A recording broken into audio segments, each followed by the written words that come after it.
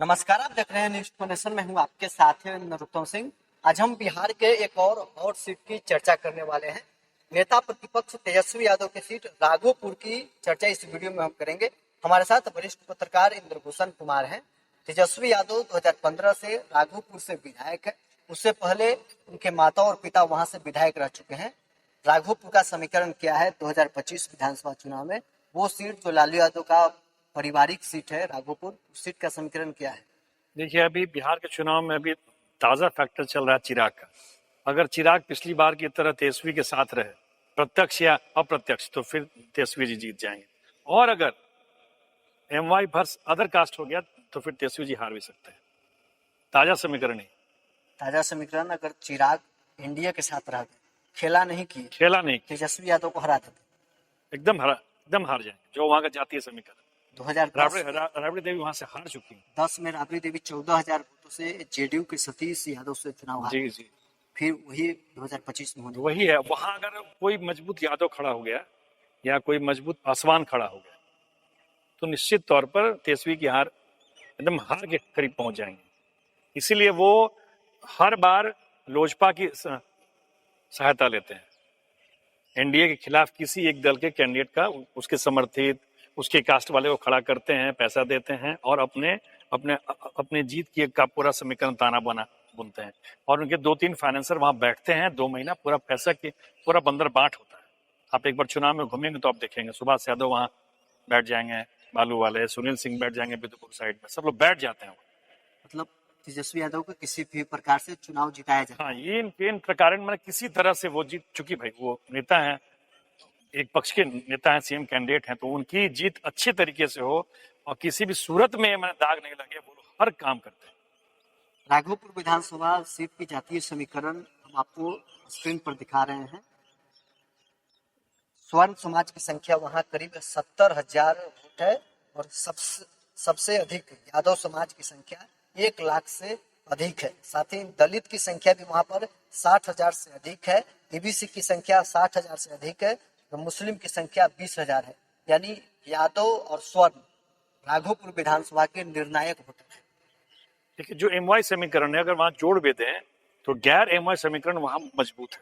इसी कारण से कि एनडीए के वो किसी एक वर्ग को तोड़ते हैं। कभी कभी क्षत्रिय को तोड़ेंगे, कभी पासवान को तोड़े, किसी एक वर्ग को तोड़ते हैं। जैसे तोड़े, अपने संबंधों के बल पर तोड़े, पैसा के बल पर तोड़े, ताकत के बल पर तोड़े, एक तीसरा कोना खड़ा करते हैं। हर बार आप देखिएगा, आमने सामने की जब लड़ाई होगी हार जाएंगे।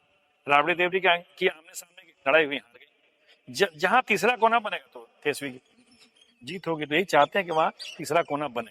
आप कह रहे हैं कि गैर एमवाई अगर वहां पर एकजुट हो जाए तो लालू परिवार वहां से चुनाव हार लालू यादव वहां से चुनाव जीते, राबड़ी देवी चुनाव जीती, हालांकि एक बार वो चुनाव हारी, फिर तेजस्वी यादव चुनाव जीत रहे हैं। क्या फिर तीसरे धड़े को खड़ा करके ये जीत उन लोगों को हो रही है लगातार? और क्या, देखिए, आप देखिए ना, आप पिछला चुनाव में देखिए, आज जो स्थिति है, जिस तरह से नीतीश कुमार, मांझी जी, चिराग हैं, भाजपा सब इंटैक्ट है। अगर ये इंटैक्ट रह गए सही मायने में राघोपुर में, तब तो हार ही जाएंगे। ये ऐसा हो नहीं पाता है। उसके कई कारण है। अब सब बात अब क्या बताया जाए, कई कारण है। 1995 में लालू यादव वहां से चुनाव जीते हैं और 2025 का समीकरण है, मात्र एक चुनाव वहां से लालू परिवार हारा है 2010 का। देखिए, 95 क्या 2005 के मार्च तक तो लालू यादव ही सब कुछ थे। तो वो तो छोड़ दिए। 2005 के बाद देखिए, 2005 के नवंबर से लालू जी की सरकार चली गई। 5 के पहले लोग कहते भी हैं कि जब तक ईवीएम नहीं था, बूथ छाप के लोग जीतते थे। सिर्फ लालू यादव है नहीं, इधर के लोग जो जाति जहां दबंग थे वो वहां जीतती थी, बूथ छाप के, मैंने कई तरह का मैनेजमेंट करके। तो वो तो जब से ईवीएम शुरू हुआ है, और वो आपको जो चुनाव आयुक्त हुए, देखिए नाम नहीं याद आ रहा, बहुत खड़े हुए, वही 5 के बाद से, जब से ईवीएम चला है, तब से जो बूथ छापने का दौर जो खत्म हुआ है ना, तो अब तो हो गया कि समीकरण पर जीत के आना है। उस समीकरण में देखिए तो 5 में एक बार जीती, 10 में हार गई, 15 में फिर भाजपा अलग हो गया तो वो जीत गए, 20 में क्या हुआ, फिर वो चिराग की पार्टी की सहायता लिए। राकेश रोशन के पिताजी वहाँ बहुत मजबूत हुआ करते थे, उनकी हत्या हो गई। और वहाँ क्षत्रियों का वोट भी है, तो क्षत्रिय पासवान जोड़ के 1 लाख हो जाता है। वो चिराग के साथ हो जाते हैं। अगर अगर चिराग पासवान किसी क्षत्रिय को टिकट देंगे तो क्षत्रिय पासवान जुड़ गया, 1 लाख वोट हो गया। तो 1 लाख वोट अगर कट गया एनडीए में से तो ऑटोमेटिक है कि वो जीत जाएंगे। लेकिन सवाल यह है कि जब इतनी कड़ा सीट राघोपुर विधानसभा है, उसके बावजूद लालू परिवार वही सीट पर क्यों चुनाव लड़ने के लिए बार बार जा रहा है? देखिए क्या था ना कि वो दियारा इलाका था। लालू जी की एक परिभाषा थी। वो लोग पूछते थे कि मेरे यहाँ सड़क नहीं है, तो बोलते थे सड़क आई थी, पुलिस आई तो आगे पकड़ लीजिए। वहाँ कई तरह की पहले अवैध खेती होती थी। अब तो कच्ची दरगाह भी तो पुल बन जाएगा, तब तो वो 10 मिनट का दायरा हो जाएगा, अब तो शहर हो जाएगा। वहां मुश्किल से पुलिस पहुंचती थी हाजीपुर होते हुए विदुपुर साइड से। बहुत दूर इलाका था, तो वहां बूथ कैप्चर करना आसान था।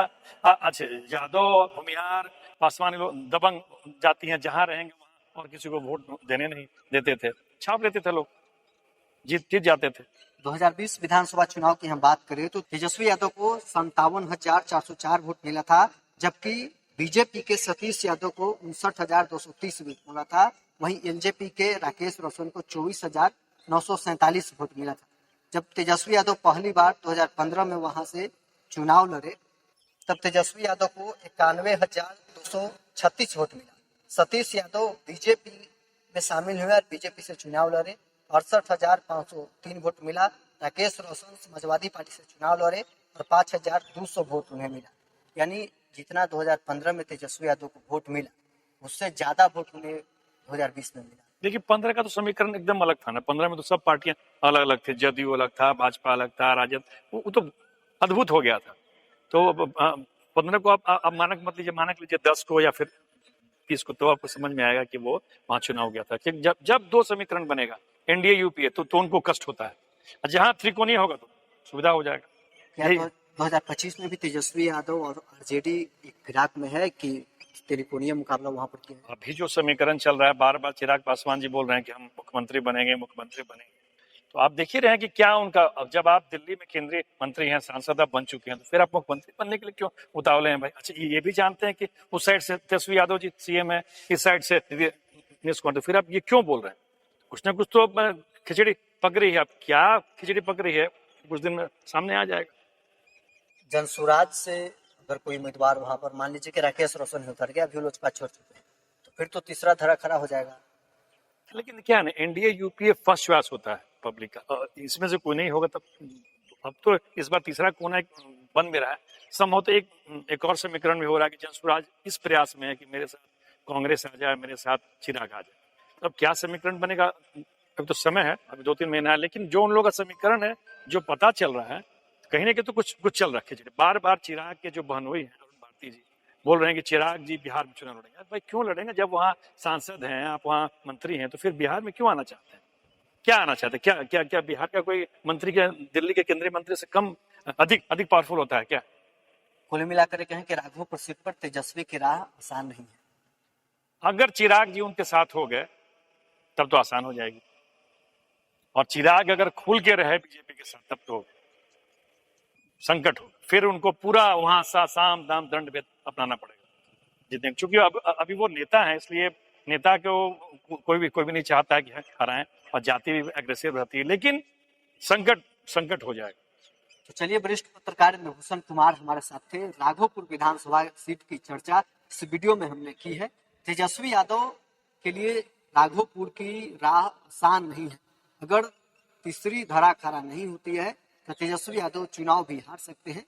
उनकी मां राबड़ी देवी 2010 में जेडीयू के सतीश यादव से चुनाव हार चुके हैं। करीब 14,000 वोटों से हार का सामना राबड़ी देवी को करना पड़ा था।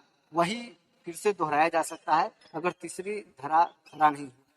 बहरहाल इस पर इतना ही। आप बने रहे नेक्स्ट के साथ।